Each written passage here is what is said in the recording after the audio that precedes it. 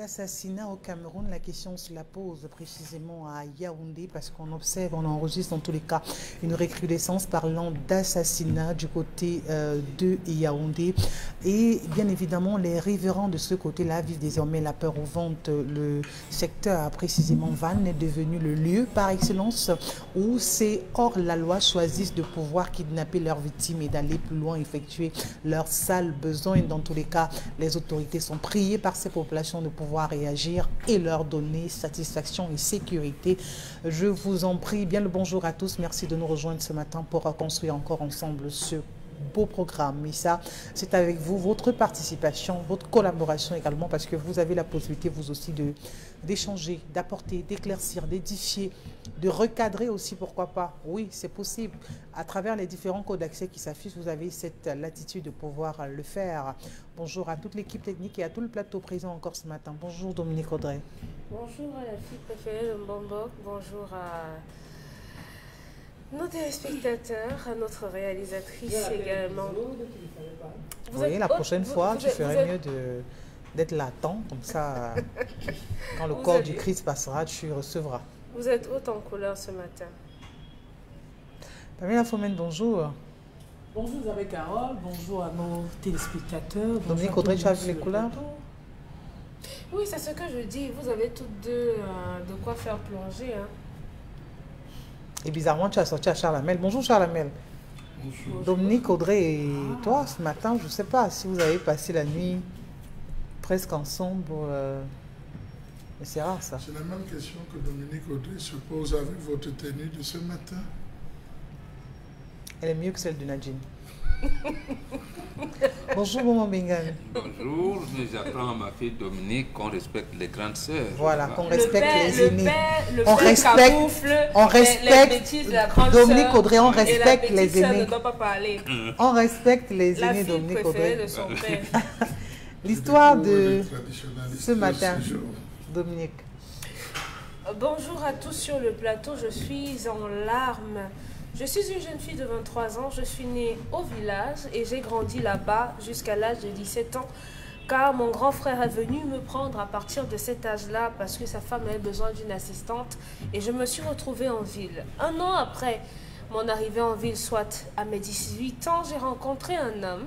Je suis tombée sous son charme, nous avons entamé une relation. 3 ans plus tard, il est allé en Allemagne sans rien me promettre.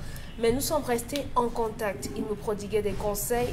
L'année dernière, j'ai échoué mon examen une fois de plus, malheureusement. Sous ses conseils, j'ai décidé de faire une formation en médecine.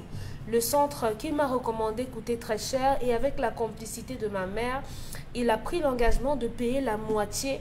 Et celle-ci devait dire à mon grand frère que c'est elle qui devait payer cette moitié en question. Personne de ma famille ne le connaissait. Le 1er janvier de cette année, il me fait savoir qu'il est temps qu'on passe à autre chose dans notre relation et qu'on l'officialise. Son grand frère m'a appelé et on s'est rencontrés 3 fois. Mais pendant nos échanges, du genre de quel quartier tu es, histoire de faire connaissance plus amplement, son grand frère m'a fait savoir que nous sommes 2 voisins de village et malheureusement, l'histoire de nos 2 familles raconte que on ne s'entend pas car nos grands-parents avaient eu des problèmes au point d'aller en justice et ils sont morts sans que le tribunal ne tranche. C'était un litige foncier. Je rappelle qu'il ne savait pas qu'il est né. Il ne savait pas cette histoire, il ne savait pas qu'on était voisins. Il est né en ville et ne connaît pas le village. J'en ai parlé à ma mère qui s'est désolidarisée une fois de la relation.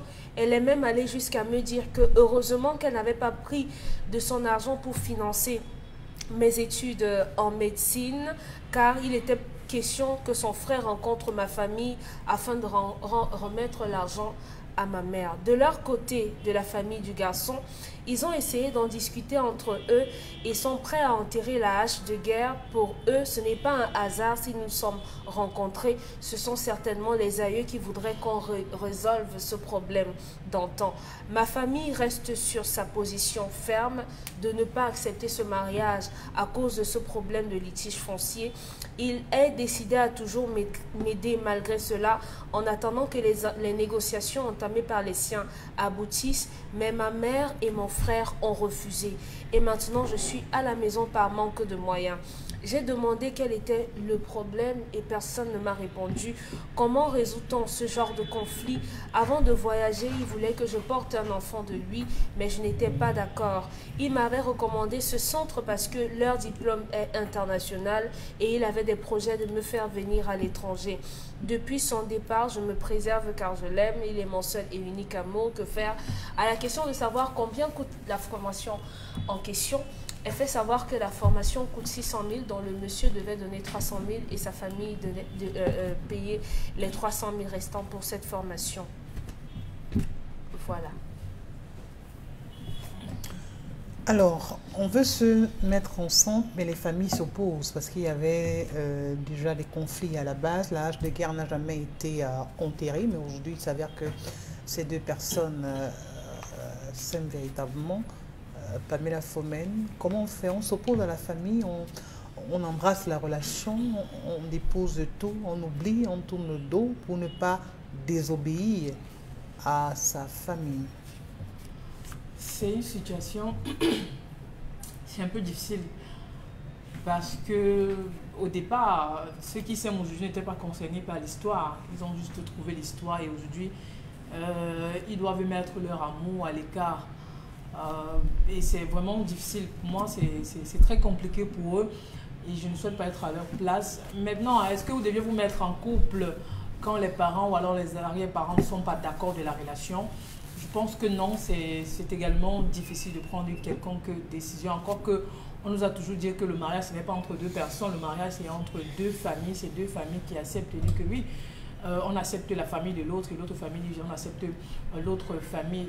Maintenant, honnêtement, je ne sais pas comment est-ce que ça va se passer si les parents ou alors les arrière-parents au préalable ne parviennent pas à régler ce problème. Les enfants sont tout simplement en train de subir cela. Et je ne peux pas conseiller à cette fille d'aller dans cette famille si au départ, on n'a pas pu résoudre ce problème. Maintenant dire qu'elle va s'entêter et aller, peut-être il pourra avoir des problèmes après et puis ça va impliquer sur leur relation, c'est difficile. Mais toujours est-il qu'avant d'entrer dans une relation, surtout si elle est amoureuse, il faut toujours avoir la paix des deux côtés, que ce soit du côté de l'homme comme du côté de la femme. Maintenant, l'excuse que le frère donne en disant peut-être c'est une conciliation de la vie, comme quoi vous êtes faites pour être ensemble, mais on n'oublie pas également que la tradition frappe très fort parce que les problèmes d'hier, si on ne les arrange pas, ils reviendront certainement demain. Et si vous êtes déjà en couple, vous avez des enfants, ça va compliquer l'affaire. Donc pour moi, je pense que les deux doivent d'abord résoudre leurs problèmes, après penser à l'amour. Parce que rien ne nous garantit qu'ils sont censés finir ensemble. Est-ce que les enfants auront la capacité à pouvoir gérer ce conflit que les parents eux-mêmes à la base n'ont pas été capables de gérer? Parce que si ce sont les grands-parents, oui, je pense c'est ça, si les grands-parents ont eu ces problèmes, ça veut dire qu'après les grands-parents, il y a eu les parents. Les grands-parents n'ont pas géré. Les parents n'ont pas géré. Les enfants arrivent aujourd'hui et disent s'aimer et se mettre ensemble. Donc, est-ce qu'ils pourront, eux, arriver à diluer cette atmosphère au point où ce soit correct à vivre? Pour moi, je dirais non. Maintenant, pourquoi les arrière-parents n'ont pas pu arranger ce problème? Les parents eux-mêmes n'ont pas pu et ce sont les enfants qui viendront avec l'expertise pour le faire. Parce que je me dis que le problème est profond. Ce n'est pas adapté à ces enfants. Peut-être les parents et les grands-parents peuvent s'asseoir et trouver une solution. Et la solution peut être à l'avantage des enfants qui veulent se marier ou alors qui s'aiment, mais ce n'est pas aux enfants de le faire. Pour moi, ça ne revient pas de leur responsabilité. Ça revient aux responsabilités des grands-parents et des parents qui ont vécu la situation et qui en savent mieux que ces enfants de prendre. Qu'est-ce qu'ils font de leur amour? Qu'est-ce qu'ils font de leurs sentiments? Non, l'amour. Qu'est-ce qu'ils font de cette relation? Parce que la jeune fille dit, ce gars aujourd'hui, c'est pratiquement quelqu'un d'essentiel, de fort dans sa vie. Parce que c'est lui qui paye ses études, c'est lui qui l'encadre, c'est lui qui s'occupe d'elle. Aujourd'hui, qu'il a décidé de mettre une parenthèse là-dessus, la preuve, elle est à la maison parce qu'il n'y a personne pour gérer. C'est bien compliqué pour elle. Et maintenant, la relation également avec le jeune homme risque de prendre un coup. Est-ce qu'elle trouvera une autre personne? Est-ce qu'elle sera amoureuse de cette personne? Parce qu'une chose, on peut vous aimer, mais malheureusement, vous pouvez ne pas aimer la personne qui vous aime. Parce que pour le cas précis, elle aime le jeune homme Et c'est Mais vice sinon, elle versa. aime aussi. Ouais. Oui, mais après, il faut pas qu'elle soit calée. Hein. C'est pas parce qu'elle aime le garçon qu'elle peut pas rencontrer quelqu'un d'autre qui va l'aimer ou bien qu'elle va l'aimer. Non, il faut pas être calée parce que en disant cela, même si elle se sépare avec ce monsieur, elle va rencontrer un autre monsieur, elle va pas donner la chance à ce gars de l'aimer ou bien d'aimer la personne. Non. Ça ne sert à rien de se marier, épouser quelqu'un que vous ne serez pas heureux, vous n'aurez pas la bénédiction de vos parents ou bien de vos grands-parents. Pour moi, ça ne sert à rien. Mettez-vous avec quelqu'un que vous aimez et que votre famille va également aimer la personne. Parce que si vous vous mettez dans une relation où ce n'est pas vice-versa, quand vous aurez les problèmes, vous viendrez vers qui poser les problèmes. Si vous avez une relation où la mère n'a pas donné le OK ou le père, ou bien votre belle famille n'est pas d'accord de la relation, quand vous avez le problème, vous faites comment? Non, vous allez voir les copines pour leur en la parler. belle famille a dit, nous on est prêts à passer sur le problème. C'est la famille de la fille qui En face, reste qui n'est pas d'accord. Vous aussi ne pouvez pas vivre sans votre famille. Il y a des problèmes que vous ne pouvez pas exposer à votre belle famille. C'est à votre mère que vous allez exposer parce que c'est votre mère. Quoi qu'il arrive, elle ne pourra pas vous laisser au carrefour. Bien sûr, bien vous trahir. C'est votre mère. Elle va beau vous crier, elle va vous dire non, tu es. Mais en réalité, elle ne pourra pas dire aux yeux de tout le monde que ma fille est une prostituée, je dis n'importe quoi, ou bien ma fille est une mauvaise fille. Même si un homme vient dans cette maison et dit que je vais épouser ta fille et que sa fille passe toutes ses nuits dehors, la mère ne va pas dire à ce monsieur, il va juste dire qu'il essaye de ranger ma fille parce qu'elle n'est pas facile. Vous voyez, pourtant si vous avez dit ça à la belle famille, c'est normal qu'elle vous largue cela au visage un beau matin. Donc, pour moi, ça ne sert à rien de se mettre dans une relation où l'amour n'est pas réciproque. Maintenant, si l'amour est réciproque et que les familles ne s'attendent pas, vous mettez une pause. Il n'y a pas de guerre, elle n'a que 23 ans. Je ne vois pas où est-ce qu'elle court. Elle n'a pas 35 ou 45 ans où il y a la pression de la vie. Elle pourrait bien rencontrer quelqu'un d'autre. Bien sûr, elle pourrait rencontrer quelqu'un d'autre et peut-être mieux que le monsieur. Et puis, je sais. Peut-être mieux et peut-être moins, on ne sait pas. L'amour, c'est une réalité que je ne peux pas décrire sur ce plateau. Donc, tout dépend de la jeune fille. Mais mon avis que je vais donner ce matin, c'est qu'elle ne se mette pas avec ce monsieur, sachant qu'il y a des problèmes qu'on n'a pas résolus au préalable. Le litige parle de quoi, Dominique Audrey? Est-ce que la famille a... Un problème de terrain. Litige foncier. Un problème de terrain qui a opposé. C'est sûr qu'une des familles a dû empiéter sur l'espace de l'autre. Et maintenant, chacun dit c'est mon terrain, c'est mon terrain, c'est mon terrain, c'est mon terrain. Et là, la guerre est déclarée depuis de très longues années. Des gens sont morts, des gens sont nés, les deux familles, personne ne se parle. C'est trop compliqué. Bon, Megan, selon le Gambien, on va dire quoi? C'est une réconciliation est faite exprès pour dire que, ok, d'accord, on laisse tomber tout cela et on passe à autre chose. Quand vous dites laisser tomber, vous et moi, on risque de ne pas si les enfants aujourd'hui, si malheureusement les cœurs se sont dit oui, est-ce que c'est une façon implicite de dire que il faut tout laisser tomber, il faut tout oublier, il faut tourner la page parce que désormais vos enfants sont unis? Il n'y a rien de plus fort que l'amour. Oui, lorsqu'on vous dit que dans l'Afrique traditionnelle, l'individu est inséparable de sa lignée, qui continue de vivre à travers lui et donc n'est que le prolongement. Ça veut dire la chose simple suivante. Même lorsque nos grands-parents ont des litiges, il y a des successeurs de grand-père, il y a les successeurs de père, il y a des successeurs. Et c'est ce qui fait savoir que lorsque quelqu'un décède, surtout s'il y a une certaine posture, comme le cas des chefs des deux familles, on liquide le deuil, comme on dit, qui lui doit quelque chose, il doit à qui, quels sont les problèmes que son successeur est susceptible de régler. Il n'y a pas de... Parmi ces problèmes-là, il y a le problème de litige foncier, qui est un problème primordial, fondamental, et qui amène la mort, qui désorganise même les familles. Parce que nous tous, lorsqu'on enterre quelqu'un, on dit quoi?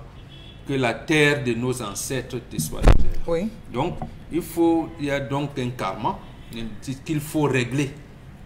Il faut régler. Maintenant, est-ce que leur mariage est, j'allais dire quoi, un signe pour les ancêtres? Il faut donc poser la question. Donc, ça peut être possible. Parce qu'en toute chose, si on fait le Ngambi, on verra. Il y a la détermination de ce qu'il y a. Ce qu'il y a, on sait. Maintenant, ce qui est, on demande. Ils sont compatibles, ils s'aiment, ils seront. Si le mariage n'arrive pas à avoir lieu, l'un et l'autre seront dérangés. Il faut donc que la famille, et j'apprécie la famille du garçon qui est prêt au règlement de litige, justement c'est sur la base également de l'autre pan de notre culture négro-africaine qui dit il n'y a pas deux personnes qui ne s'entendent pas. Il n'y a que deux personnes qui n'ont pas encore causé.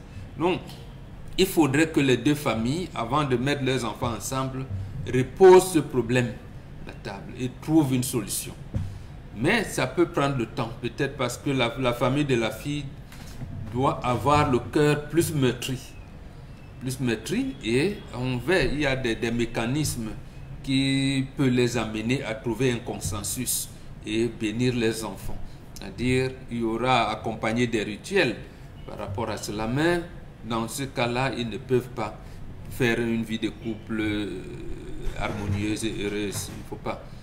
Maintenant, le problème est comment amener la famille de la fille à accepter qu'on puisse mettre les enfants ensemble. Oui, c'était la question de la fille. Voilà, donc, son chef de famille le chef de famille du garçon doit parlementer, peut-être trouver, parce qu'ils disent que le problème est en justice. Nous, on ne règle pas nos problèmes en justice. Parce que quand vous amenez le problème en justice, la justice, là-bas, c'est vaincre sans avoir raison.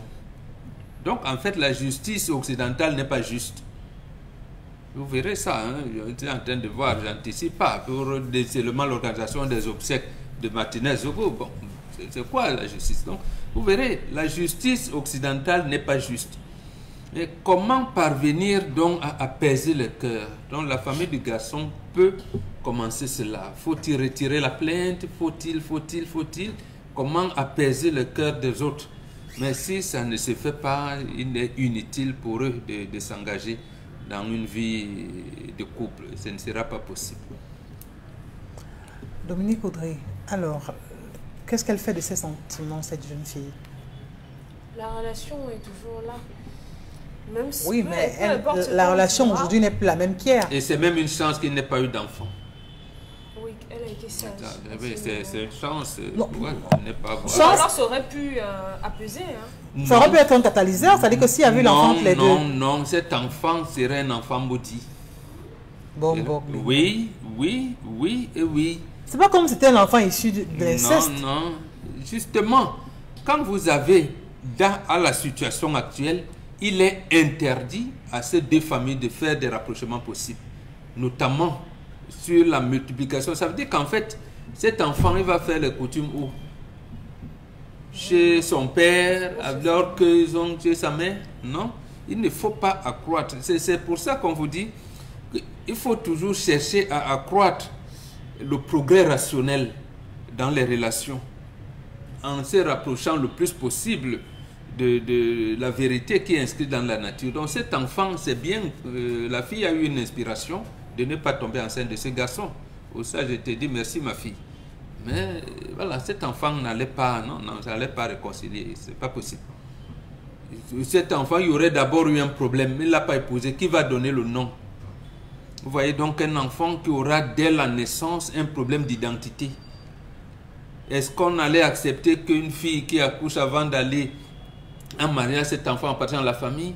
D'abord le fait que tu ne savais pas, cette famille-là, on ne s'entend pas. Pourquoi? Non, c'est une très bonne chose qu'elle ne soit pas tombée enceinte. Dominique Audrey, c'est vous qui devez vous exprimer sur la question, parce que la jeune fille aujourd'hui, si elle le dit, parce que elle est tiraillée par ces deux amours, l'amour pour sa famille, l'amour pour son chéri. Est-ce qu'il y a un choix à faire? Elle ne comprend pas pourquoi ses parents, après tout ce temps, ne veulent pas passer à autre chose. Elle ne comprend pas elle ne comprend pas pourquoi sa mère, sur laquelle elle s'est retournée en disant « J'ai mon petit ami qui voudrait financer mes études. Est-ce que tu peux être la couverture aux yeux de mon grand frère pour que je puisse mener à bien cette formation qui va aider la famille demain ?» Elle ne comprend pas pourquoi sa mère aujourd'hui s'est retournée aussi brutalement. Je crois qu'il est important, lorsque les enfants commencent à avoir un certain âge, de partager l'histoire de la famille avec les enfants. Si elle avait su, peut-être si elle avait su nommément quels étaient les voisins, peut-être lorsqu'elle avait rencontré ce garçon il y a 3 ans après la présentation, elle aurait su que non, cet enfant, on est du même village, il vient de la concession où, dans laquelle mon grand-père a eu des problèmes. Il y a la méconnaissance de l'histoire des différentes familles aujourd'hui qui posent problème. Et moi, je ne comprends pas les parents. Je ne comprends pas. On peut avoir eu des problèmes avec des gens par le passé. Ça a duré des années. Mais aujourd'hui, que votre enfant semble avoir découvert, rencontré un certain bonheur, un certain épanouissement, est-ce qu'on ne peut pas éteindre les rancœurs qu'on éprouve pour un frère, pour une soeur, pour un voisin, pour que ses enfants soient bien?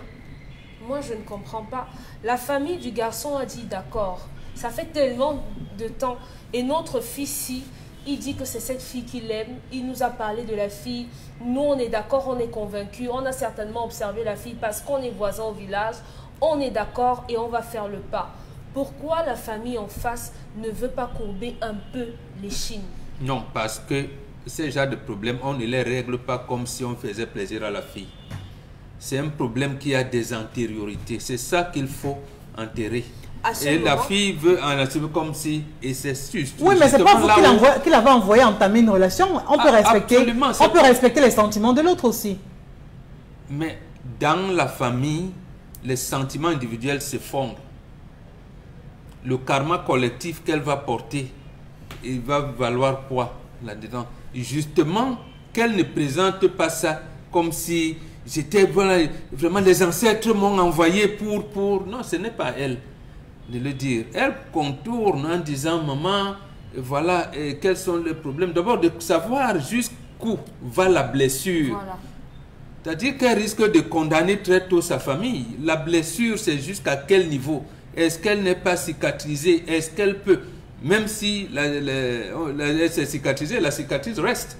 Quand la plaie est, voilà, la blessure était très grande, la cicatrice reste, qui rappellera toujours. Mais c'est ça qu'il faut comprendre, que de faire comme si vraiment, laissez-moi, quand on a aimé, est-ce que vous ne pouvez pas faire un pas? Non, c'est pas comme ça qu'on pose ce problème. À ce moment, la famille, comme elle a dit que le garçon et sa famille sont prêts à entamer les démarches, encouragez-le que sa famille fasse les démarches, qu'ils fassent ce qu'ils peuvent pour essayer d'arranger. Si c'est un espace que la famille de votre... Est-ce qu'elle ne veut pas laisser tomber aussi, Dominique, vraiment rentrer dans des choses aussi compliquées? C'est-à-dire quand il y a trop de nœuds, est-ce que ces nœuds ne risquent pas vous suivre? Non.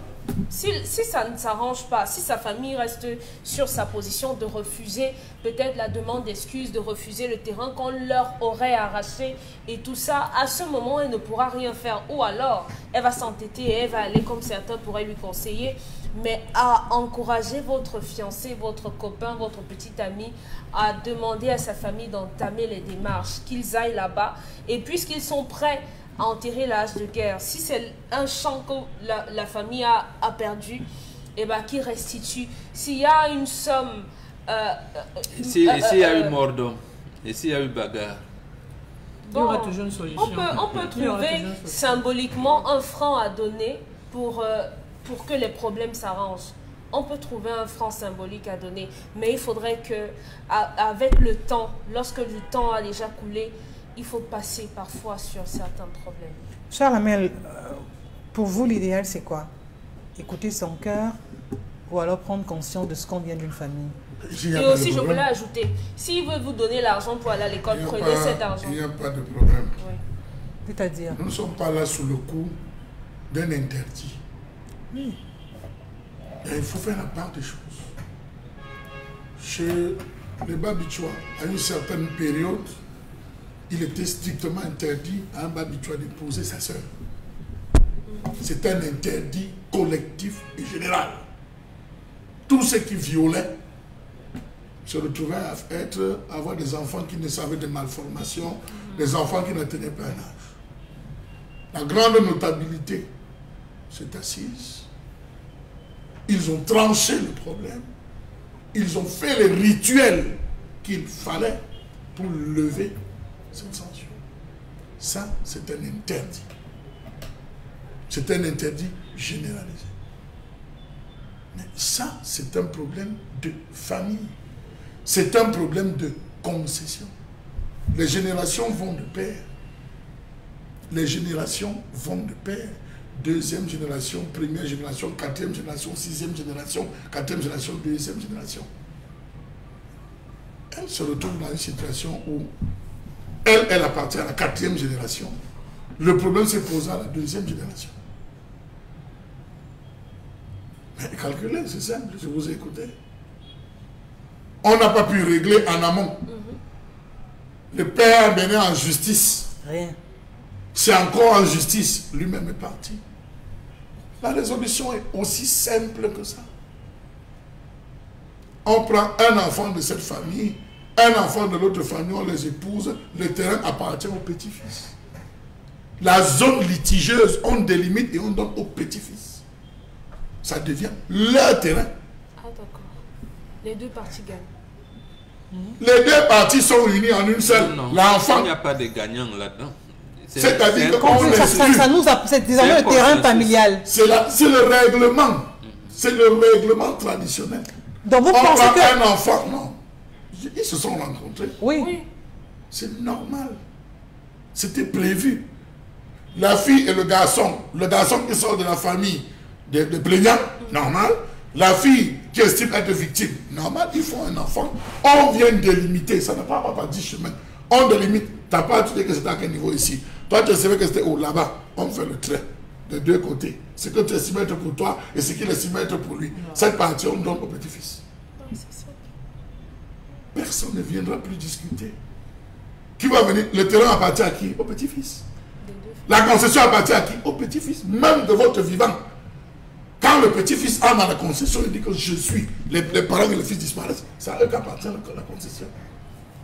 C'est la règle.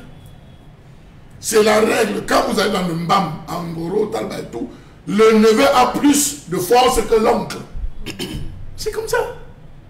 Donc elle devra expliquer ça à ses parents. Non, elle a commis une erreur. Laquelle? Allez voir sa mère. Les mamans entretiennent les conflits et les guerres. Ça, oui, je dis, je regarde. Les mamans. L'enfant qui regarde sa mère perdue. Oui. Tu vas causer, c'est le type là qui voulait taper ton père ici au quartier. Tout voilà qui va jouer déjà avec ses enfants. Entre ici. Les femmes entretiennent les conflits et les guerres. Il est plus facile pour deux hommes qui ont bagarré à 9 h de boire la bière le soir que deux femmes qui se sont insultées de se parler le soir. Il est plus facile, je dis pour deux hommes qui ont bagarré le matin. Le soir, c'est le truc, gars, je sais que était dosé, mais ça va, je ne vais pas boire une bière. Ils vont s'asseoir, ils boivent une bière, ça passe. Mais les femmes, la haine qu'elles vont porter et entretenir avec leurs enfants. Et dans les familles qui se divisent et se gâtent, à l'origine, c'est les femmes qui entretiennent. Si elle avait porté le cas, elle était allée voir le chef de famille, pas sa mère. Elle avait expliqué au chef de famille que bon voilà, je suis dans telle situation. Il m'expliquait. Au fait, même le problème là, c'était lequel? Oui. En homme, il lui aurait expliqué quel est le fond du problème. Lorsqu'elle quitte, elle va voir sa mère, ça va dire, hey, elle amplifie. Elle appelle le frère, elle bloque, elle appelle. Vous voyez comment elle tisse un triangle pour encercler la fille. Même donc c'est la mère de cette jeune fille qui pose problème aujourd'hui. C'est la fille qui pose problème parce que c'est elle qui est partie voir sa mère. Non. Les problèmes de terrain ne sont pas discutés avec la femme. Les problèmes de litige ne sont pas discutés avec la femme. Lorsque deux villages ne s'entendaient pas, qu'il y avait des querelles, en signe de paix, qu'est-ce qu'on faisait? Ou d'allégeance, on envoyait les femmes. Lorsque tel chef sort du lac, quand vous entendez que telle chefferie, on envoyait 12 femmes. À la sortie, il devient polygame en signe d'alliance. Comme si on ne va plus jamais se faire de guerre. Comme on discutait le terrain là. Vraiment, si un jour tu arrives là-bas, souviens-toi que tu as une de mes filles chez toi. Avant de sortir la lance pour tendre vers moi, souviens-toi que tu as une fille. C'était les stratégies de résolution des crises qui ont existé chez les Bantous. Pire. Quand ça n'allait pas, le chef envoyait un de ses fils qu'il allait installer là-bas. Avec omniscience. Arrête le plus grand nombre de gibier, pardonner dans tel village ne devient plus vers chez moi. Réussis à les amadouer, attrape une fille là-bas, tu épouses, avec laquelle tu fais des enfants. Lorsqu'on va vouloir déclencher la guerre, en arrivant, on va dire, mais nous voulons faire la guerre comme ça, alors que nos enfants même sont déjà ensemble. Comment tu vas encore lever alors que mon sang est chez toi et ton sang est chez moi? Comment les Douala récupèrent la terre, les Douala récupèrent la terre chez les Bassards? C'est simple, dans l'histoire, ils ne savent pas. Les Douala qui sont arrivés en étant minoritaires donnent mission à leurs garçons d'aller enceinte les filles Bassards. C'est comme ça que les gars font, ils pompent. Au moment où ils se retrouvent, on dit que hey, les gars, c'est pour nous envahir. C'est leur propre fille. Qu'est-ce qu'ils font? Ils laissent l'entrée, ils se retirent vers l'intérieur en disant c'est nos enfants, on ne peut pas faire la guerre contre notre sang. C'est une règle chez l'ambassade. C'est comme ça qu'ils se retirent. Donc aujourd'hui, c'est les gars allaient discuter avec sa mère, c'est entretenir la flamme de la haine et du conflit. Elle aurait causé le pouvoir à l'homme, à son père, son chef de famille, qui l'aurait résolu aussi simplement. C'est le petit-fils qui va venir hériter. C'est comme ça qu'on règle ça une fois, pour que jamais quelqu'un d'autre ne se lève pour venir revendiquer cet espace. On va dire c'est un espace. Bon, c'est vrai qu'il peut y avoir un cas de mort, comme on disait, si on a tué quelqu'un, s'il y a eu un cas d'enlèvement, s'il y a un pacte qui a été signé, s'il y a. Mais là, c'est autre chose que ça relève. Donc, c'est trop facile ce problème. D'accord, donc vous avez l'onction de certains sur ce plateau de vous mettre ensemble avec votre chien. Non, il y a l'onction de tout le monde. Bon, l'a donné, mais il a expliqué, tous, on est d'accord qu'elle se mette avec lui. D'accord, on attend le carton d'invitation. En attendant, prenons la colère.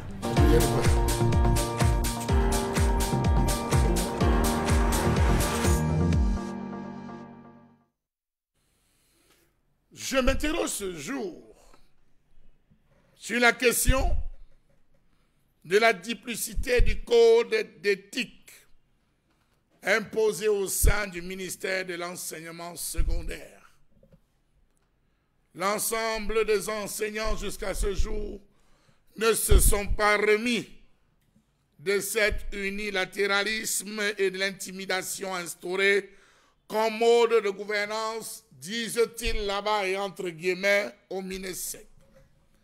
Comment comprendre le fait pour les enseignants camerounais de découvrir un projet de code éthique en préparation dans leur département ministériel sans invitation à la consultation au préalable, sans qu'il n'ait eu à débattre, qu'il n'ait eu à discuter?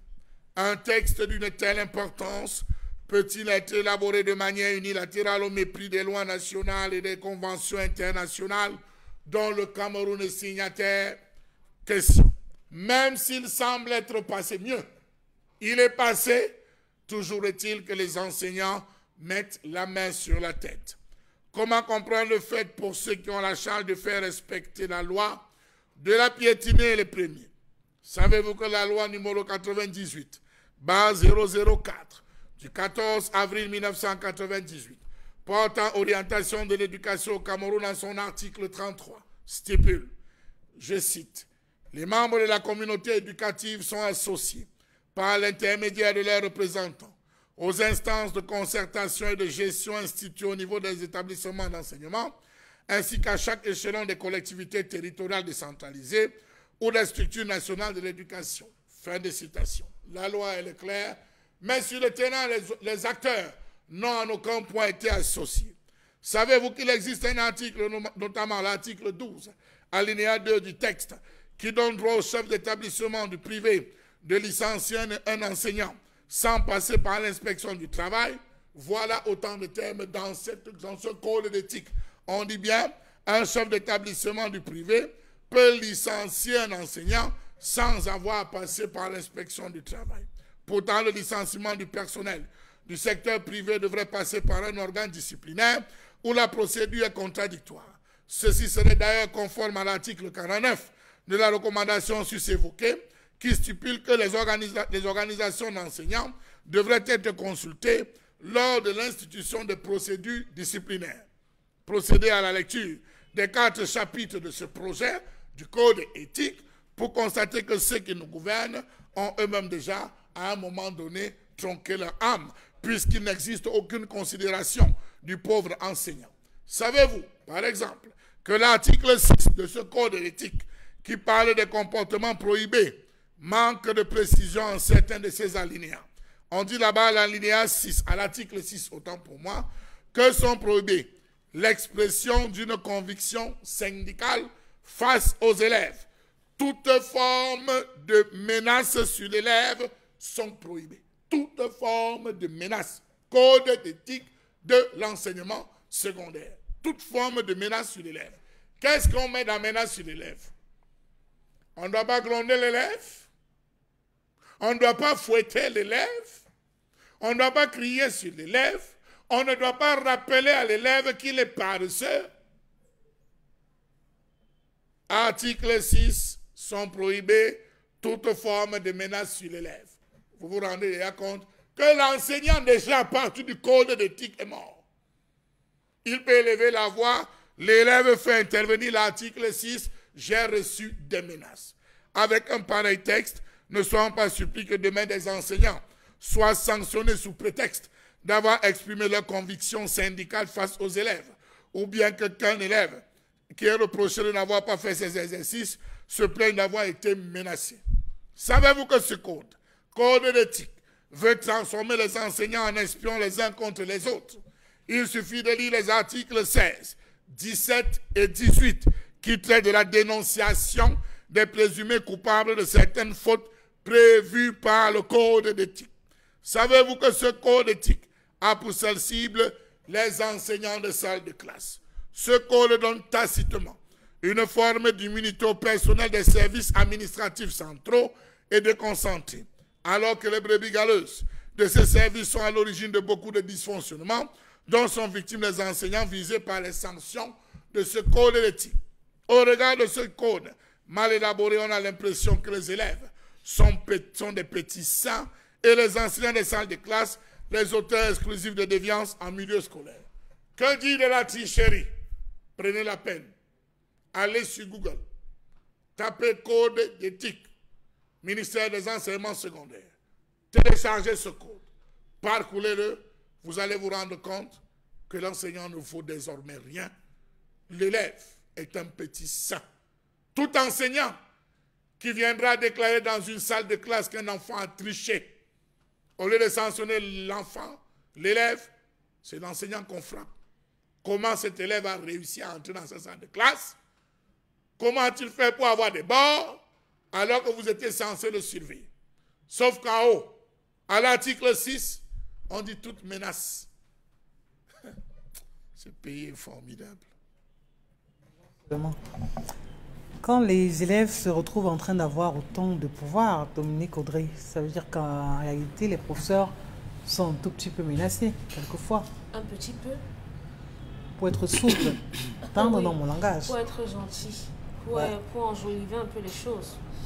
Vous dites un petit peu. Moi, si demain on nous dit qu'il n'y a plus d'enseignants et qu'il y a une exode de cerveau, moi je les encouragerais. Je leur dirais vraiment, allez là où on aura de la considération pour vous. Allez où on va... vous traitez à votre juste valeur. Oui, vous traitez à votre juste valeur. Parce qu'aujourd'hui, si on donne la possibilité aux propriétaires, à l'enseignement privé de chasser, de licencier un enseignant sans passer par le conseil de discipline, ça veut dire que c'est grave. On sait à quel point les enfants sont manipulateurs. Il va arriver dans un bureau, commencer à crier, à pleurer. Oh, il m'a grondé, il m'a menacé, il m'a tapé et tout ça, sans écouter, sans donner de sanctions disciplinaires et tout. On vous remercie tout bonnement et vous partez. Vous verrez qu'avec cette nouvelle mesure, on va permettre à ces différents promoteurs de faire leur règlement de compte en paix sans que personne ne soit inquiété en toute injustice.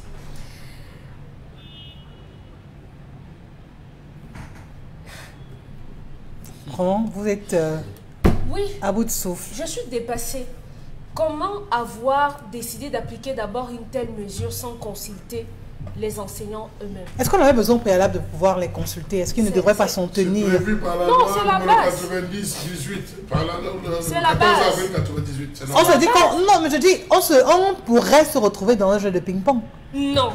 Par exemple, laquelle on aurait décidé de les exclure. Non, ça ne peut pas se faire. On ne peut pas être dans une réunion, on décide de cotiser 10 000 par mois. les statuts disent qu'on doit cotiser 10 000 par mois et maintenant dans les bac le bureau décide d'augmenter à 15 000 sans que les autres ne soient préalablement informés. Vous devez prendre l'avis des uns et des autres parce que tout le monde ne pourra pas arriver à ce prix-là. Auquel cas on va se retrouver avec des gens qui ne pourront pas bouffer leur argent comme il se doit. On aurait dû associer les enseignants à cette prise de décision et justifier le pourquoi d'une telle mesure. Pourquoi donner la possibilité de renvoyer ces enseignants aussi avec autant de légèreté? D'abord, quand on a dit qu'on ne devait pas gronder, ça veut dire que vous avez un enfant qui a mis les cartouches sous le cycliste, comme on voyait à l'époque quand on allait encore au lycée. Une fille a mis des cartouches sous son cycliste. Vous allez demander à l'enseignant de déshabiller l'élève. Est-ce qu'on ne va pas l'accuser de faire des attouchements sur la fille? Est-ce qu'on ne va pas l'accuser et maintenant vous imputez le fait à l'enseignant, parce que l'enfant s'est retrouvé avec une cartouche dans la salle de classe, de savoir comment est-ce que l'élève a fait? Vraiment, on est en train simplement de chasser ces enseignants. De plus en plus, ils vont se ruer vers la Côte d'Ivoire, où d'abord les salaires sont, oui, à la hauteur, on pourrait dire à la hauteur du travail qu'un enseignant abat tous les jours. Donc ici, vraiment, les années à venir vont être catastrophiques en termes de résultats sur le plan éducatif. Ça va être catastrophique, mais déjà, on aura des enseignants qui vont subir tout et n'importe quoi parce qu'on vient de leur donner le là pour le faire. Bon, Mengan, les enseignants aujourd'hui au Cameroun peuvent quelquefois, ou du moins tous les jours, haïr le choix qu'ils ont fait, celui de prendre la craie, d'enseigner les autres, parce que ce sont ces enseignants qui sont victimes de violences de la part des élèves. Ce sont ces enseignants qui n'arrivent pas à avoir des salaires considérables. Ce sont les mêmes enseignants qui n'arrivent pas à percevoir, une fois sortis de l'école, leur appel à temps. Ce sont les mêmes enseignants qui ne sont pas traités comme il faut. Ce sont les mêmes enseignants qui ne sont pas pris en compte, du moins leur point de vue, lorsqu'il faudrait prendre leur avis pour établir ce code, ou du moins les directives. Jusqu'en 1990, lorsqu'un enfant réussissait le concours de l'école normale supérieure et de l'ENAM, il tournait le dos à l'ENAM, il allait à l'école normale supérieure. C'était plus prestigieux. Parce qu'au bout, quand il est sorti, plus de 6 mois, il fait son rappel, il n'avait rien envié à un préfet, un magistrat, il ne disait rien. C'était non seulement sur ta tenue salariale, mais également sur la considération que les textes de la République donnaient à l'enseignant. Mais lorsqu'on est arrivé avec les statuts particuliers d'enseignants, ça a chamboulé tout. Et lorsque nos confrères du journal Le Jour, je pense que c'était mardi le 28 décembre 2021, ils ont mis à la une citation de Cicéron: plus l'effondrement d'un empire est proche, plus ses lois sont mauvaises. Fin de citation. Je me suis dit, nos versets sont vraiment inspirés. C'est-à-dire, lorsque vous voyez un État qui s'engouffre dans de telles orientations de ces textes, ça veut dire qu'en fait, l'effondrement est là. Nous vivons l'effondrement. Dominique, tu parles de Sénégal. Depuis 2015, le Gabon a demandé ici, officiellement, qu'on lui envoie des enseignants de mathématiques, technologie, sciences physiques et sciences naturelles. Ils en ont besoin. Donc, moi-même, je partage votre point de vue, qu'ils aillent là-bas. La possibilité qu'ils aillent enseigner au Gabon, si encore à Côte d'Ivoire, c'est encore beaucoup plus juteux qu'ils y aillent. Parce qu'on ne peut pas considérer cela. La loi d'orientation scolaire de 98, à laquelle a fait allusion Charles Hamel, parle de 3. D'abord, parle de, comment on appelle ça, le milieu éducatif, c'est en 3 composantes. L'apprenant, l'enseignant et le parent. Et privilégie les concertations entre les 3 composantes-là. Donc, vous ne pouvez pas vous asseoir dans votre bureau avec quelques conseillers techniques, soi-disant, élaborer quelque chose et vous jeter comme ça public. Non. D'abord, la concertation des enseignants se passe où? Ils ont un terme technique qu'ils appellent les sectoriels. On invite les enseignants dans les sectoriels où on pose le problème, on prend les avis, on recueille, on part, on fait la synthèse, on les rétribue pour regarder cela. C'est ce que prévoit la loi d'orientation. Je ne pense pas qu'on ait changé les lois jusque-là. Donc, ce qui se passe là, je comprends que l'actuel ministre de l'enseignement secondaire, il avait été promu parce qu'il avait tabassé les filles à l'université de Béa, parce que là-bas on aime la chicotte. C'est elle-même qui avait posé le problème. La connexion internet n'était pas bonne. Oui. Les étudiants n'arrivent pas à s'inscrire. Les étudiants viennent se perdre. Est-ce que vous pouvez? Ça ne passe pas. On va s'inscrire. Elle dit, vous ne voulez pas comme on amène les policiers, les gendarmes, on mène jusqu'aux filles de s'enrouler dans la boue et tout ça. Bon, je pense que ils vous font du mal, ils vous tabassent, mais ils vous demandent même de ne pas pleurer. C'est l'orientation à laquelle on va. Mais si on va là, pour les gens qui sont appelés à préparer les cours, à donner, à prendre en charge nos enfants, à leur donner une instruction qui sied à ce qu'on dit développement, mes chers amis, c'est peut-être parce que chez eux, on supplie les enfants pour manger. Même quand tu veux donner goûter à l'enfant, quand l'enfant fait des mines à 16 heures, chouchou, comment non, tu ne prends pas le yaourt il n'est pas très sucré, il est bon. Tu n'aimes pas tel genre de yaourt là, bon, laisse alors s'il te plaît. On envoie le chauffeur acheter. Voilà, on envoie le chauffeur acheter. Non, attends, s'il te plaît, ça va faire 5 minutes, non? Tu te parles, voilà. Mais excuse-moi, comme tu viens de te réveiller là, bon, laisse, le chauffeur arrive, il va te donner, bon. Et là, attends, même si tu t'engages à faire tes devoirs, tu auras des migraines. Voilà. On veut nous amener dans la cancritude. Vraiment, c'est dégueulasse.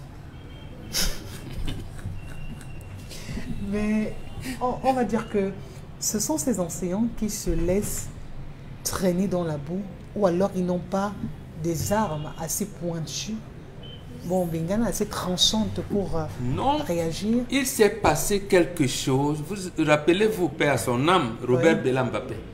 C'est lui qui a commencé la chicotte avec les enseignants. Je pense qu'il est même arrivé 2 fois. La personne qui a voulu rétablir la dignité de l'enseignant s'appelle Charles Borromé Etoundi. Et on l'a même vite enlevé. Le ministre Béla Mbappé, lorsque je les cite, les John Bonguel, les Fouad Foué, les Emmanuel Kamdem, Jean-Marc Coco et tout ça, Bancal, j'en connais quelques-uns, lorsqu'ils ont commencé à organiser des syndicats pour former leurs collègues au syndicalisme, il les a mis en position 80. Pour un fonctionnaire, quand on te met en position 80, ça veut dire que ton salaire est coupé. Tu n'as pas de salaire, avec des affectations disciplinaires. Et comme ils avaient, donc c'est pour ça qu'ils parlaient de l'esprit syndicaliste. On envoie un John Bongué dans une forêt loin de après Kayeli, les Bekoko, quand ils arrivent, dans un établissement, il est professeur de philosophie, ancien professeur de lycée, on l'envoie en 6e. Dans un truc qui n'a que le premier cycle, ça arrête en 3e, ça ne dérange pas. Il commence à enseigner les enfants de 6e. Et c'est encore les renseignements généraux qui disent que les John Bongué, les gens de Coco, si vous les laissez ici, ils risquent de former les gens qui vont faire des problèmes. Et sans salaire, hein, on leur dit, ils vont en complément d'effectifs à l'administration centrale. Donc ils viennent à Yaoundé et ne font rien. Donc ils sont plus dangereux en zone rurale qu'en ville. Donc voilà, c'est Mbela Mbappé qui est venu. Et c'est Charles Borromé Etoundi qui a d'ailleurs été à l'origine de cette loi. Mais on l'a enlevé. Pourquoi? Parce qu'il avait dit que pour donner la consistance, la lettre de noblesse à l'enseignant, que l'enseignant, il les avait regroupés sous forme de mutuelle. Ils vont prendre le CPR, définir eux-mêmes les contenus d'enseignement et imprimer des livres pour des enseignants méritants, ceux qui écrivent et tout. Et les enseignants étaient mobilisés. Après, on vous dit que Edicef est venu, Ati est venu, on a construit, on est passé par la première dame pour construire les écoles et tout ça. Et on les a imposé ce qu'on appelle méthode générale, alors qu'ils étaient à la méthode syllabaire, P à pas, papa, on leur dit, Tamo va à l'école. L'enfant n'est pas obligé de savoir de qui Tamo va à l'école. La méthode générale, c'est ça donc qui a échoué. Et pour revenir à l'ancienne méthode, non, il dit approche par compétence, approche, commence à jongler. On demande à un enfant de préparer le riz sauté. Si l'enfant dit j'ai apprêté l'eau, je suis allé j'ai acheté 1 kilogramme de riz, donc les parties du visage. Le temps arrive au moment où tu lavais le riz, on te donne déjà 11. Alors que tu n'as pas préparé le riz sauté. On t'a demandé de faire. Donc voilà donc là où on nous amène. Alors, Pamela Fomen, lorsqu'on écoute tout ça, on se dit quoi? Ceux qui sont en face sont simplement inconscients de l'impact, du rôle, de la place, de choix aussi qu'occupe l'enseignant dans cette chaîne éducative-là aussi. Peut-être qu'on va revoir l'âge pour faire ce concours. Je pense que ça serait mieux. Peut-être si vous n'avez pas 35 ans, un minimum, bien 40 ans, il ne faut pas faire l'enseignement. Oui, pas 32 ans sur le terrain. Moi, je connais quelqu'un qui a une sœur qui a pratiquement 23 ans qui était enseignante. Ah oui, 25 ans. Ça veut dire qu'elle arrive au lycée parce qu'elle enseignait à l'époque au lycée de Compina. Les élèves, elle se fait draguer par les élèves carrément parce qu'elle est d'abord petite physiquement. Et quand vous ajoutez à cela qu'on ne doit pas gronder on ne doit pas gronder l'élève, vous comprenez que c'est grave. C'est-à-dire que physiquement, quand on n'arrive pas à s'imposer, et rappelez-vous, sur ce plateau, on nous a dit qu'on ne devrait plus fouetter l'élève. On te retire la chicotte. Tu ne dois pas gronder l'élève. À côté de cela, l'élève peut revenir à l'école avec la grossesse parce que ça aussi, on nous a dit. Pourtant, à l'époque, ce n'était pas ça. Quand on te disait seulement que si tu tentes de tomber enceinte, tes études s'arrêtent là, ça change quelque chose dans ton mental. C'est-à-dire que même si tu entretiens une relation en ce moment, tu prends des précautions. Mais quand l'autorité vous fait savoir que non, l'enfant qui vit avec une grossesse, on peut manager, on peut faire ceci, on peut cela. Pour moi, c'est un encouragement. Et allez savoir combien ces enseignants touchent, ces enseignants du privé, c'est combien l'heure. Parfois, c'est 1200, parfois, c'est 1500. Donc, vous payez... Voilà, 800, ça dépend où vous trouvez. Si vous êtes du côté du septentrion, vous pouvez vous retrouver à 500 francs l'heure. Et à côté de cela, on vous prive de vos certains droits. Parce que même pour avoir cet argent, c'est pas en claquant des doigts que ça va venir. Il va encore fournir. Il va falloir que vous fournissiez autant d'efforts pour en avoir cela. Donc, quand on perd des résolutions pareilles qui vont à l'encontre de l'enseignant, pour moi, avant c'était quelque chose de ouf. Passer le concours de l'enseignement, c'était pas n'importe qui le faisait. Aujourd'hui, les gens font le concours juste parce qu'on veut le matricule, parce qu'on sait ce que représente le matricule au Cameroun. Les gens, ils vont parce que, bon, moi aussi, je vais être dans l'État, je vais aussi toucher à partir du 25, je vais ceci. Pourtant, moi, c'est un plaisir, c'est une passion d'être dans la fonction publique en tant qu'enseignant, sachant qu'on va enseigner les médecins, on va enseigner les présidents de la République, on va enseigner les ministres et tout ce qui va avec. Mais aujourd'hui, ce n'est plus ça. L'enseignant, c'est vraiment, pour moi, moi, ça ne me parle plus trop. Je vous avoue que c'est beaucoup compliqué. Où est-ce qu'il faut toucher, Charles Amel, pour résoudre ce problème vraiment? Quel est le laboratoire qui soit approprié ou la salle peut-être d'opération qui soit indiquée? On prend ce cours d'éthique, on rassemble les élèves, les enseignants, on les déchire. Et qu'on le refasse. Et là, maintenant, avec une belle conclusion. On brûle même les déchets. On jette la cendre. Et après, par la suite, qu'est-ce qu'on fait? On passe tous les élèves à tabac. Et regarde ça à la classe. C'est pas un peu barbare, ça? Vous voulez quoi? Vous n'êtes pas fatigué?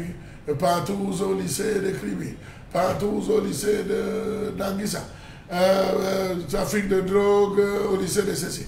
On a trouvé au lycée de Bafia les élèves avec les couteaux. On a trouvé un enseignant poignardé.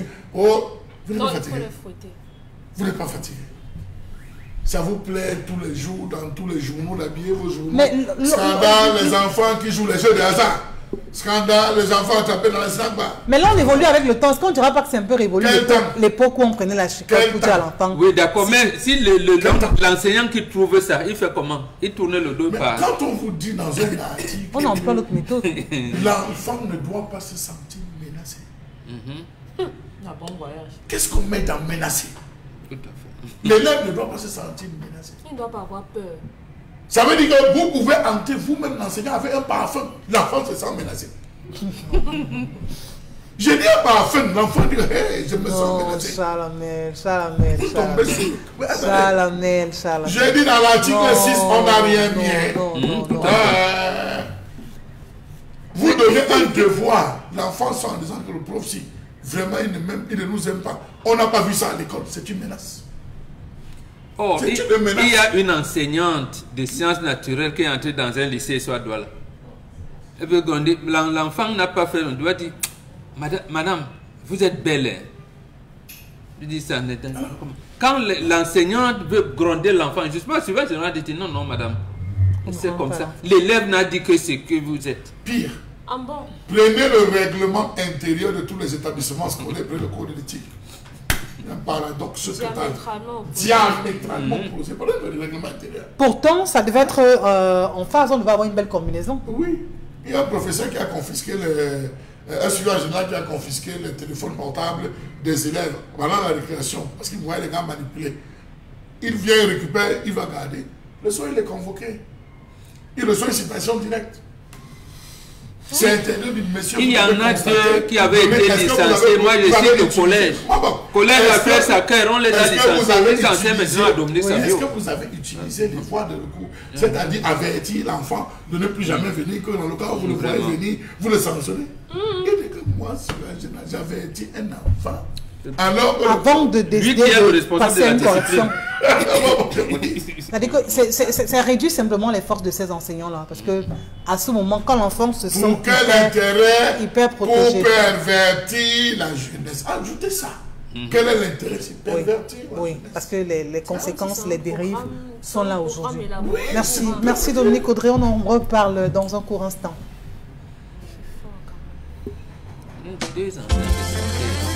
Appelez-moi.